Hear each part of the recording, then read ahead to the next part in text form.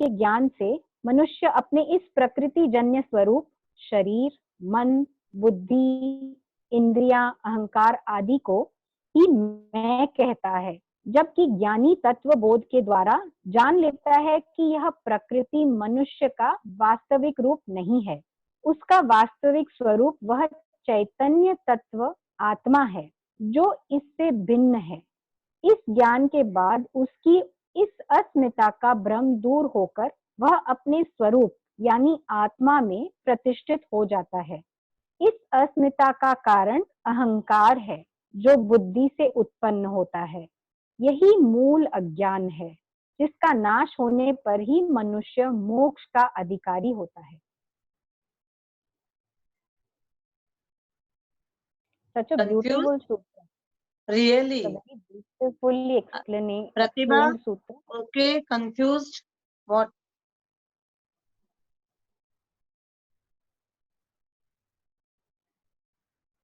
सब लोगों को मीनिंग के बाद समझ में आ रहा है? कुछ डिफिकल्टी है?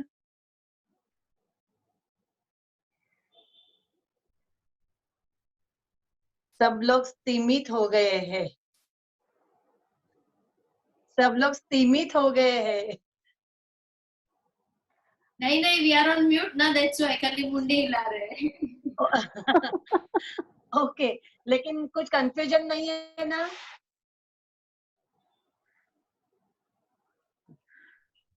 बीच में ना कुछ कंफ्यूजन है तो ऐसे हाथ ऊपर करो, फिर ठीक अच्छा लग रहा है तो थम्स अप दे दो, फिर बहुत ही अच्छा है तो अच्छा ऐसे दे दो, तो हम लोगों को पता चलेगा कि म्यूट में क्या क्या कर सकते हैं आप लोग। थोड़ा डांस भी कर सकते हैं। बाद में अभी चौथे पांचवें आगे के सूत्र में जब ये हठ योग चालू होएगा तभी वैसा ही सब करना है अपने को, शरीर का लचीलापन लाने के लिए। सिंपल ही अटैचमेंट जहां जहां पड़ी है वहां पे राग आ गया और वही राग की व्याख्या सुखानुशयी राग, सिंपल सुखानुशयी राग, सुख की प्रतीति के पीछे रहने वाला क्लेश, जहां पे आपकी अटैचमेंट बन गई वो बना राग। ये ध्यान में रखो, राग इज योर अटैचमेंट कंटिन्यूअसली वो चीज से, और अटैचमेंट जहां पे है वहां पे एक्सपेक्टेशन आ गया और वो एक्सपेक्टेशन फुलफिल नहीं हुआ तो आपको एंगर आ गया, गुस्सा आ गया। राग इज अटैचमेंट एंड द्वेष इज डिटैचमेंट। लेकिन वैराग्य, हम लोग ने समाधि पाठ में वैराग्य सीखा है, संसार में रह के विरक्ति सीखी है, वो वाला वैराग्य। तो सुखानुशयी राग, सुख भोगने की इच्छा के पश्चात पुनः सुख भोगने की ही इच्छा राग है। व्याख्या, इस सूत्र में राग की व्याख्या की गई है कि भोग हुए सुख की प्रतीति मन में स्मृति रूप से रहती है। मन वासनाग्रस्त होने से वह उस सुखद अनुभूति के कारण उस भोग को बार बार भोगना चाहता है। उसकी यह बार बार भोगने की इच्छा ही राग है। अनभोगी विषयों को भी भोगने की इच्छा का होना पूर्व संस्कार ही है। यह राग भी उसी अहंकार के कारण है जिससे मनुष्य अपने को शरीर तथा मन ही समझता है एवं उसी की तृप्ति की इच्छा करता है। स्वयं को आत्मा समझने पर इन विषय भोगों से रुचि हट जाती है क्योंकि उसे वे अनित्य ज्ञात होने लगते हैं। ऐसा ज्ञानी फिर नित्य का भोग भोगता है। रामकृष्ण ने एक बार कहा कि मैं महान भोगी हूँ क्योंकि इन अनित्य सुख का भोग छोड़कर उस नित्य शाश्वत एवं परमानंद का भोग भोग रहा हूँ। इस क्षणिक सुख की प्रतीति के पीछे रहने वाली आसक्ति को ही राग कहते हैं। यह भी अविद्या ही है। इसी राग के कारण मन विषयों में सुख समझकर भटकता रहता है किंतु इनसे सुख मिलता नहीं, अंत में क्लेश ही प्राप्त होता है। इसलिए इस राग को भी क्लेश कहा गया है। इस राग तथा विराग दोनों से विरक्त पुरुष ही वितरागी है, वही परम सुख को प्राप्त होता है। अभी कोविड-19 में बहुत जन स्टार्टिंग में जैसे लॉकडाउन चालू हो गया, हम लोग बहुत जन के पास से सुन रहे थे ना, अरे यार बंद रहने पड़ने वाला है, अरे यार ये नहीं मिल रहा है, अरे यार ये दुकानों में नहीं मिल रहा है। लेकिन आप लोग अपना स्व अध्ययन करोगे तो आपको पता चलेगा कि हम लोगों को तो ऐसा कुछ हुआ ही नहीं। जो घर में अवेलेबल था उससे हम लोग एक बहुत आनंदपूर्ण जीवन बिताना चालू किया। धीरे-धीरे से थोड़े समय के बाद बाहर का भी वातावरण चेंज हो गया, हफ्ते में 2 बार दुकानें खुली होने लगी और जो मिल गया उससे हम लोग अच्छी तरह से खाना पका के अन्न, वस्त्र, निवारा तो अच्छी तरह से मिल रहा था हम लोगों को। तो अपने को एज़ अ योगा शिक्षक अपने को कुछ भी ये प्रकार की तकलीफ हुई नहीं, मानसिक ना शारीरिक। और लेकिन हम लोगों को हर फेसबुक पे, व्हाट्सएप पे और या फिर पहचान वालों के पास से ये सारी तकलीफें हो रही है। कैसे प्रकार की तकलीफ हो रही है? अरे यार कितने दिन ये लॉकडाउन, ऐसे प्रकार का सुनने को तो मिल रहा था। जहाँ-जहाँ आसक्ति बनी पड़ी है, वहाँ पे राग आ गया। आसक्ति जहाँ है वहाँ पे एक्सपेक्टेशन आ गया कि ये मुझे मिलना ही चाहिए, क्यों नहीं मिल सकता? ना? आसक्ति। आगे का वही, जहाँ पे आठ। राग है वहाँ पे द्वेष आ गया, जहाँ अटैचमेंट है वहाँ पे डिटैचमेंट आ गई और उसकी वजह से होने वाला दुख, दुःखानुशयी द्वेषः, दुःख की प्रतीति के पीछे रहने वाला क्लेश द्वेष है। व्याख्या। राग और द्वेष एक ही सिक्के के दो पक्ष हैं। दोनों के ही कारण वासना है। जब विषयों की पूर्ति से क्षणिक आनंद की अनुभूति होती है तो उसे बार बार भोगने की इच्छा होती है। यही आसक्ति राग है। किंतु जब इनके भोगने में बाधा उपस्थित होती है तो दुख होता है। जब इसी कार्य के करने से दुख होता है तो उसकी प्रतीति से द्वेष उत्पन्न होता है। यह भी क्लेश है। राग और द्वेष दोनों का कारण आसक्ति ही है। जब तक यह आसक्ति है तब तक ये दोनों रहेंगे। आसक्ति हटने पर दोनों नहीं रहेंगे। एक को मिटाकर दूसरे को नहीं बचाया जा सकता है। इस आसक्ति का भी कारण अहंकार ही है, जिसके रहते दोनों रहेंगे ही। समझ में आया है आपको अर्थ उसका?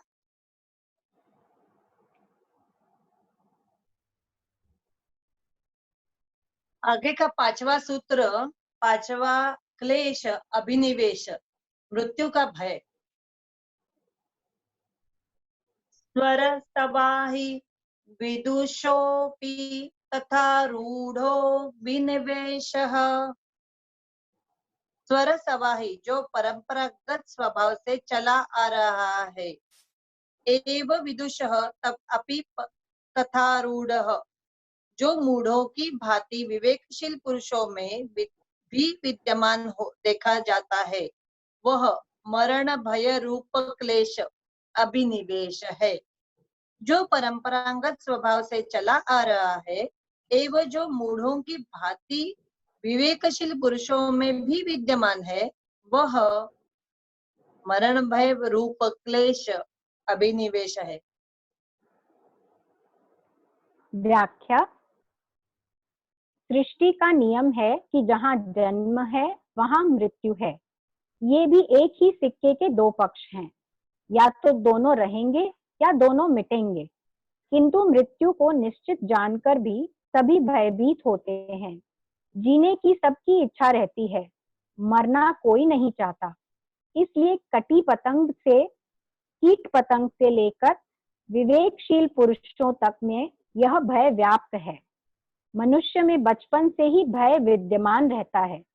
उसे हर वस्तु, आग, पानी, जानवर आदि अनेक कारणों से भय लगता है। यह भय मृत्यु के ही कारण है, क्योंकि यह परंपरागत स्वभाव से चला आ रहा है। ज्ञानी, अज्ञानी, मूढ़, विवेकी सभी मरे हैं, अतः गहराई में इसका भय व्याप्त है। यह मृत्यु भय ही अभिनिवेश कहलाता है, जो क्लेश है। जो ज्ञानी आत्मा के स्वरूप को पहचान लेता है वह इस मरण भय से मुक्त हो जाता है, क्योंकि मरता केवल अहंकार है, आत्मा कभी न मरती नहीं। फिर भय किसका?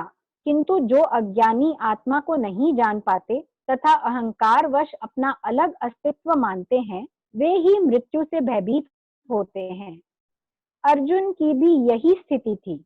वह स्वयं अहंकार में जी रहा था, इसलिए मरने मारने में उसको भय और पाप दिखाई दे रहा था।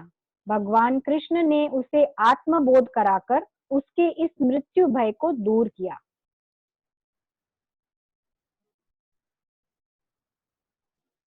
साधना पद का मतलब स्टार्टिंग में समझाते वक्त ही मैंने जो एक उसका बताया था कि कम से कम टकराव के साथ लोगों कम से कम टकराव के साथ लोगों के भी साथ रहना। अंदर से डर हर चीज का जो है, भय जो है, वो अविद्या के वजह से आता है। कितने सूत्र रह गए अपने? 1 एक ही सूत्र रह गए। तो वो अविद्या जी। की वजह से आता है, और अविद्या की वजह से ही उसका महत्व मालूम नहीं, उसके अटैचमेंट गलत तरीके से। अगर कोई जीवन के दूसरे आयाम खोजना चाहता है तो अंदर से सुखी होएंगे तो वो डर निकल जाएगा। अंदर से सुखी नहीं होएंगे, अंदर से हर चीज का भय क्यों आता है? क्योंकि वो कंफर्ट जोन नहीं है, वो सुख नहीं है। और वो सुख की स्थिरता पाने के लिए ही ये साधन पद की निर्माण किया गया है। साधन पद में हठ योग हम लोग आगे सीखने जाएंगे।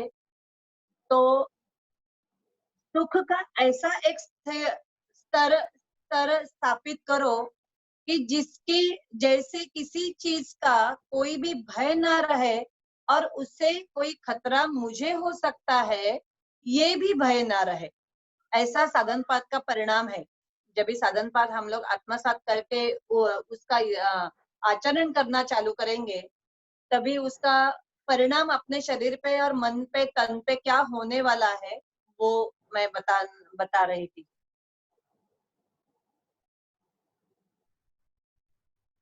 और मिनल कितना टाइम है?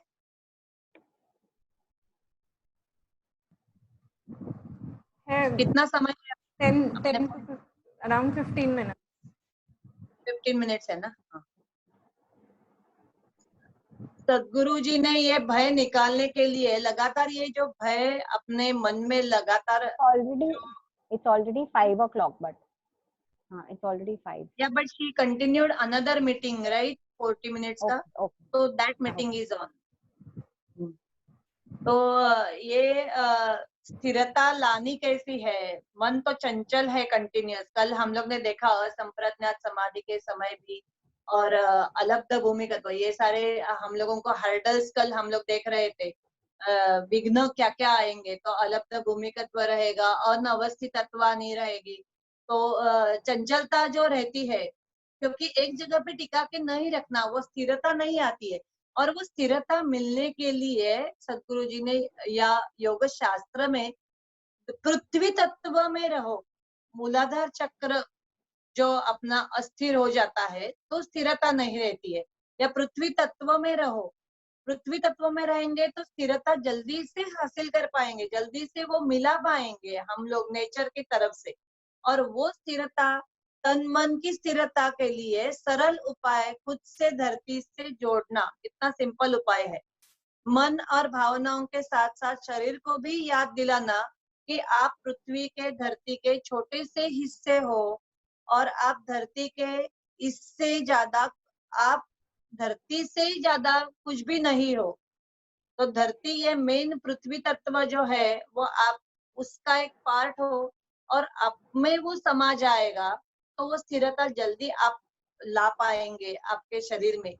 उसके लिए मट्टी के साथ जो बाकी के एक्सरसाइज हम लोग करते हैं, फ्लोर एक्सरसाइजेस, साथ साथ में गार्डन में चलना, पाव के मतलब मिट्टी के साथ जितने सारे हम लोगों के आयाम है वो करेंगे तो जल्दी से आपका मन डिस्टर्ब है, मन चंचल है।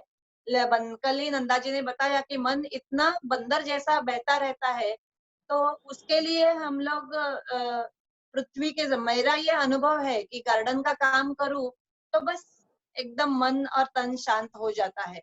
तो आप लोग भी करके देखो। हम लोग 10वें सूत्र पे सबसे लास्ट वाला सूत्र आज के सिलेबस वाला उसमें जा रहे हैं। क्रिया योगों के जो चित्त के ऊपर परिणाम है उसके ऊपर ते प्रति प्रसव है या सूक्ष्म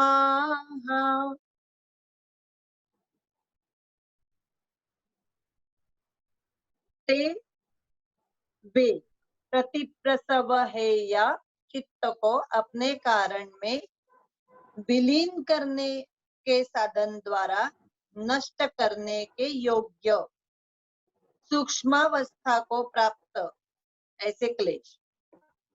अनुवाद पूर्वोक्त पांचों क्लेश मतलब ऊपर दिए पांचों क्लेश अविद्या, अस्मिता, राग, द्वेष, अभिनिवेश, ये पांचों क्लेश क्रिया योग से सूक्ष्म किए जाकर चित्त को अपने कारणों में लौटा देने से नष्ट करने योग्य है। व्याख्या। व्याख्या। इन पूर्वोक्त अविद्या सहित पांचों प्रकार के क्लेशों का नाश निर्बीज समाधि में ही संभव है। संप्रज्ञात समाधि में इनका बाह्य रूप तो क्षीण हो जाता है, किंतु बीज रूप में ये अहंकार के कारण चित्त में विद्यमान रहते हैं। क्रिया योग द्वारा इन्हें सूक्ष्म किया जाता है, जिससे उनके प्रभावों की तीव्रता कम हो जाती है, किंतु चित्त के अपने कारण में विलीन होने पर ही ये नष्ट होते हैं। जब तक चित्त जो प्रकृति जन्य है विद्यमान है, तब तक ये सूक्ष्म रूप में बीज रूप में विद्यमान रहेंगे तथा समय पाकर ये पुनः अपना प्रभाव दिखाते हैं। इसलिए साधक आरंभ में ही इन्हें ध्यान योग अथवा क्रिया योग द्वारा सूक्ष्म करता है तथा सबीज समाधि में इस चित्त को ही विलीन कर देता है। तब निर्बीज समाधि प्राप्त होती है। इसी में इनका नाश होता है। अज्ञान से ही इन क्लेशों की अनुभूति होती है तथा ज्ञान प्राप्ति पर इनका नाश हो जाता है।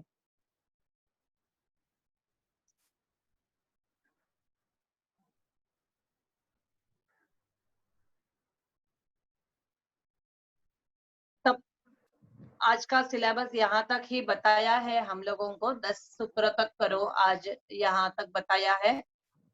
आप लोगों को तपस्वाध्याय ईश्वर प्रणिधान का सिंपल उदाहरण मैं देना चाहती हूँ।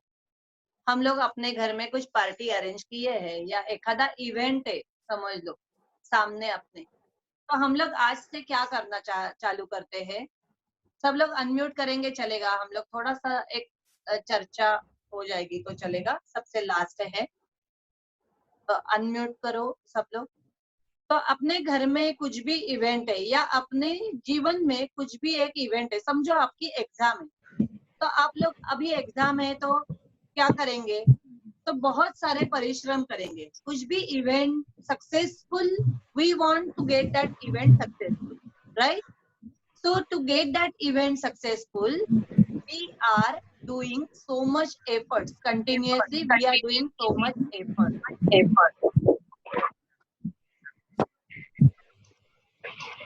क्या ऐसे बात ये एको क्यों आ रहा है मिनल? No, network issues. अच्छा, तो ये जो तपश्चर्या करते हैं वो है अपना, जाने दो, म्यूट करो सब लोग, खाली सुनते रहो। तपश्चर्या जो करते हैं वो है अपना तप। फिर एग्जाम का टाइम आ गया या वो इवेंट जिस दिन है वो इवेंट का टाइम आ गया, तो एक दिन पहले से हम लोग क्या करते हैं, रीचेकिंग करना चालू कर देते हैं। तो वो रीचेकिंग बराबर किए कि नहीं, समझो मेरे घर में पार्टी है तो मैंने सारे डेकोरेशंस बराबर किए कि नहीं, जो मुझे रेसिपीज बनानी है उसके सारे इंग्रेडिएंट्स लाए कि नहीं। तो फिर इवेंट का दिन आ गया तो जो मैंने रेसिपीज बनाए वो उसके चक्के भी देखो, या एग्जाम का टाइम आ गया तो मैं I am just rechecking my syllabus कि मैंने एखादा छूटा तो नहीं, तो दैट रीचेकिंग इज स्व अध्याय, तपस्वाध्याय। और ये सब इवेंट सक्सेसफुल बनने के लिए, सक्सेसफुल होने के लिए, रिजल्ट्स उसके पॉजिटिव अल्टीमेट सक्सेसफुल एक्सलेंसी में आने के लिए जो मैं पूरे डिवोशन के साथ काम कर रही हूँ, फोकसिंग कर रही हूँ, दैट इज शरणागति। तो साधना पद में कंटिन्यूस वही बताया है कि अपने सामने जो काम है, आंखें बंद करने से खाली मुझे साधना करनी है और जप जाप्य करना है, और दैट इज नॉट योर साधना। अपने सामने जो काम है उसको ही भक्त ईश्वर बना दो और वही ईश्वर की शरणागति में जाओ, समर्पित हो जाओ, और वो है आपकी डिवोशन, ईश्वर शरणागति।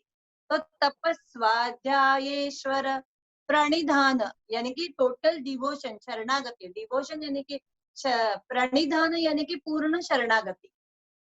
तो वो ईश्वर के भक्ति रेस में विलीन हो जाओ, वो अपने सामने जो काम है उसमें विलीन हो जाओ, फोकसिंग करो, दैट इज ईश्वर शरणागति, दैट इज ईश्वर प्रणिधान।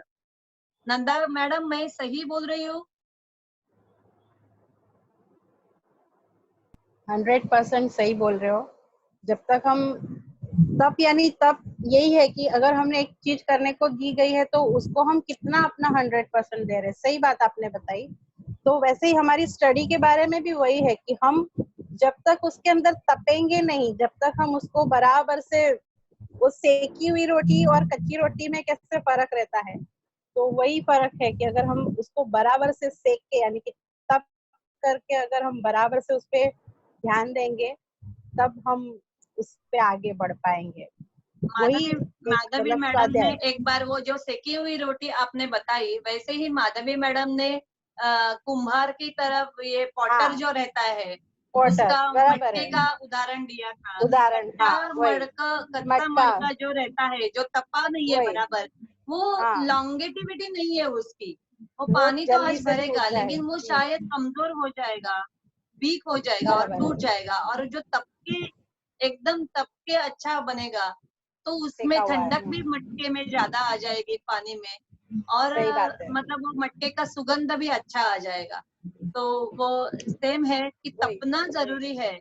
तो जितना तपेंगे, जितना हम लोग तपश्चर्या करेंगे, तो तपश्चर्या करने के लिए आंखें बंद करके बैठे और घंटों तले साधना की, उपास तपास किया, शरीर को कृश बना लिया, ऐसे वाली तपश्चर्या हम लोगों को नहीं चाहिए। योग शास्त्र में और आयुर्वेदा में और आहार शास्त्र में कभी भी फुल टाइम फास्टिंग दिया हुआ नहीं है। मैं आहार के लेक्चर जब भी लेती हूँ तभी भी मैं बताती हूँ, और आप लोगों को लेक्चर लेने का संभव आया नहीं कभी, लेकिन आहार शास्त्र में, योग शास्त्र में और आयुर्वेद शास्त्र में कभी भी पूरा फास्टिंग दिया हुआ नहीं है। शरीर को विकृति के साथ निभाना नहीं है। तो तपश्चर्या आज से चालू करो। कल के सूत्र समाधि पाठ तक हम लोग जब गए थे, वो कौन सी वाली समाधि मुझे चाहिए, असंप्रज्ञात समाधि तक जाना है। संप्रज्ञात समाधि, सबीज समाधि नहीं चाहिए मुझे, निर्बीज समाधि की तरफ ब्लैंक स्टेट में जाना है। तो निर्विकारी निर्विचारी मन, ये वहां तक जाना है। तो इसीलिए मुझे कौन सा पाथ अपनाना है वो सोचो और कल के लिए तैयार हो जाओ। आज का हम लोगों का सेशन यहाँ पे ही समाप्त करते हैं। असतो मा सद्गमय, अज्ञान से ज्ञान की तरफ मुझे लेके जाना। हम लोग नियति को, नेचर को प्रणाम करते हुए शांति मंत्र बोलते हैं। आंखें बंद करो, दोनों हाथ घुटनों पे ज्ञान मुद्रा में या चिन्मय मुद्रा में। ओम असतो मा सद्गमय, तमसो मा ज्योतिर्गमय, मृत्योर्मा अमृतं गमय। ओम शांति शांति शांति। Thank you for listening me. Thank you for everybody's cooperation. Thank you. Thank you.